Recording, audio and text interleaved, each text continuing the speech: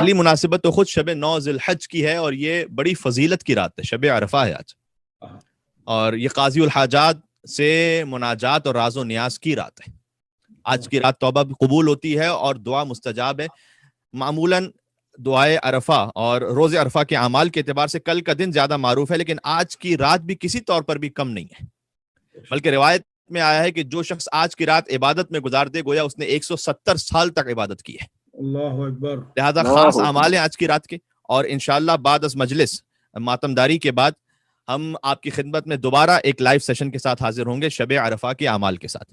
تو آپ سے گزارش یہ ہے کہ اس میں ہم اس کی تفصیل کو تھوڑا سا بیان کریں گے، لیکن ہم نے فقط اشارہ کر دیا کہ نہ صرف یہ کہ کل کا دن بڑی اہمیت رکھتا ہے، لیکن آج کی رات بھی اسی اعتبار سے اتنی اہم ہے کہ 170 سال تک عبادت میں مصروف رہنے کا ثواب ہے اس شخص کے لیے کہ جو آج کی رات کے اعمال کو انجام دے دے۔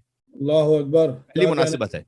کل کا دن پھر خاص اہمیت کا حامل ہے، یہ دوسری مناسبت ہے جو روز عرفہ ہے، اور روایت میں آیا ہے کہ امام زین العابدین سید الساجدین علی بن الحسین علیہ الصلوۃ والسلام روز عرفہ اللہم صلی علی محمد وعلی محمد، مولا نے ایک سائل کی آواز سنی کہ جو لوگوں سے کچھ خیرات مانگ رہا تھا، تو مولا نے اسے فرمایا کہ افسوس ہے تجھ پر کہ آج کے دن پر تو آج کے دن بھی تو غیر خدا سے سوال کر رہا ہے، جبکہ آج کے دن امید کی جاتی ہے کہ ماؤں کے شکموں میں بھی جو بچے ہیں ان پر بھی خدا اپنا لطف و کرم فرمائے گا۔ سبحان اللہ۔ لہذا کوئی انسان ایسا نہیں ہے کل کے دن کہ جو خدا کے لطف و کرم سے محروم رہ جائے، اگر وہ ان اعمال کو انجام دے دے، جو سب سے بڑھ کر یہ ہے کہ اپنے آپ کو گناہوں سے محفوظ رکھے اور ان اعمال کو انجام دے دے، انشاءاللہ وہ بھی ہم کوشش کریں گے کہ تھوڑا آپ کی خدمت میں عرض کر دیں۔ مثال کے طور پر کل کا دن غسل کرنے کی تاکید ہے، اور کل کے اعمال میں زیارت امام حسین علیہ الصلوۃ والسلام کا جو ثواب ہے،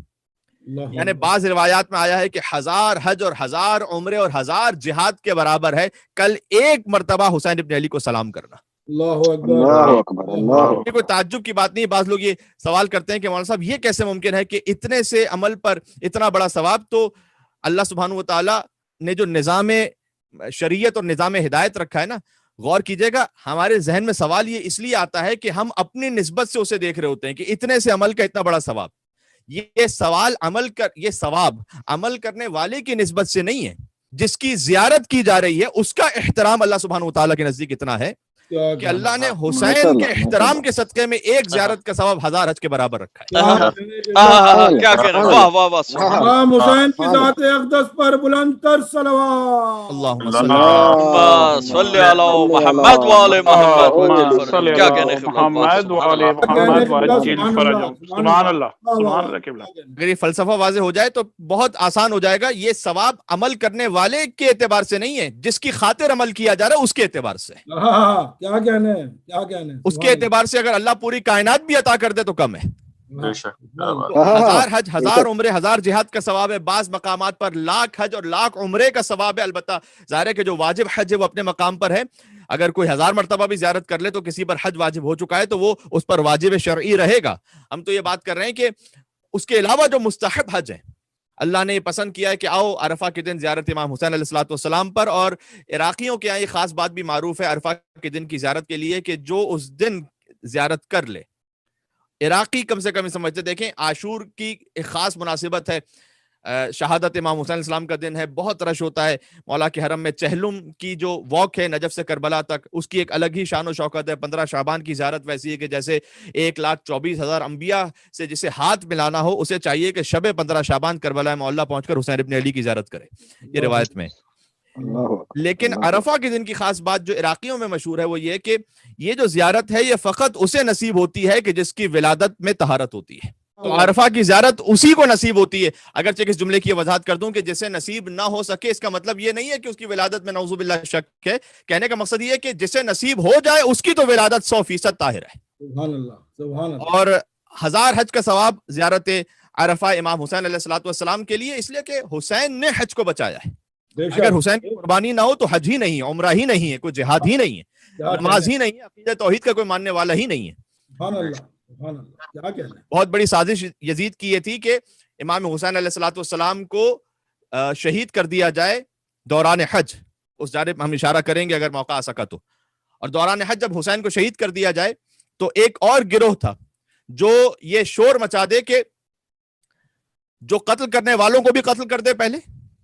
آج بھی بہت آسان ہے کہ سیاسی جو پولیٹیکل پارٹیز ہوتی ہیں وہ کام کرتی ہیں کہ ایک شخص سے کسی کو قتل کروا دیا اور ایک اور شخص سے اس قاتل کو بھی قتل کروا دیا.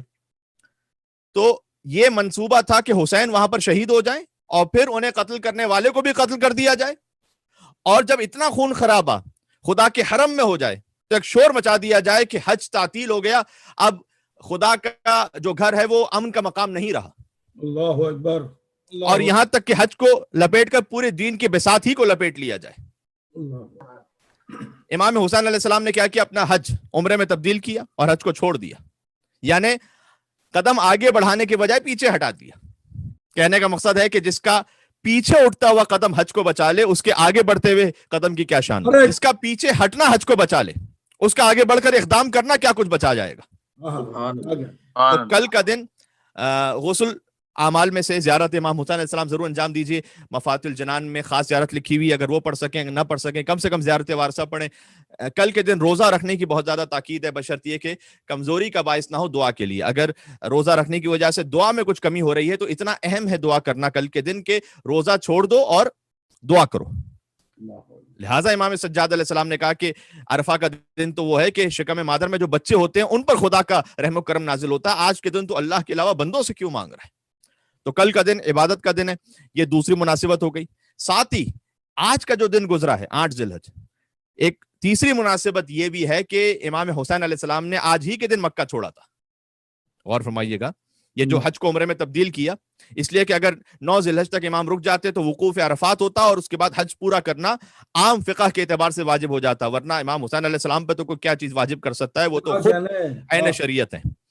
لیکن اگر وقوف عرفات ہوتا تو پھر مزدلفہ اور منی اور رمی جمرات اور پورا حج یہ واجب ہو جاتا. لہٰذا حسین نے 8 ذی الحج کو حج کے احرام کو عمرے کے احرام میں تبدیل کیا, عمرہ انجام دیا اور مولا مکہ سے نکل گئے. تو یہ بھی ایک مناسبت ہے کہ مولا حسین علیہ السلام 28 رجب کو مدینہ سے چلے تھے, 3 شعبان المعظم مکہ پہنچے تھے. جب 28 رجب کو مدینہ سے چلے تھے تو روانگی امام حسین علیہ السلام مدینہ منورہ سے, وہ 28 رجب کو آپ سن بھی چکے ہیں, مصائب میں عشرہ محرم کی پہلی مجلس میں اسے بیان بھی کیا جاتا ہے. مولا کو تقریباً 3 دن لگے, معذر 6 دن لگے تھے مکہ پہنچتے ہوئے. 28 رجب کو کوچ فرمایا, 6 دن بعد 3 شعبان المعظم کو مکہ پہنچے. شعبان کا پورا مہینہ, شوال المکرم, ذی القعدۃ الحرام اور ذی الحجۃ الحرام, حج کا احرام باندھ لیا, حج کو عمرے میں تبدیل کیا, 8 ذی الحج کو خروج فرما لیا حرمت کعبہ کو بچانے کے لیے. طواف کعبہ میں مشغول رہ گئے حاجی, طواف کعبہ میں مشغول رہ گئے حاجی, بہت قریب سے گزری نجات کی کشتی. کیا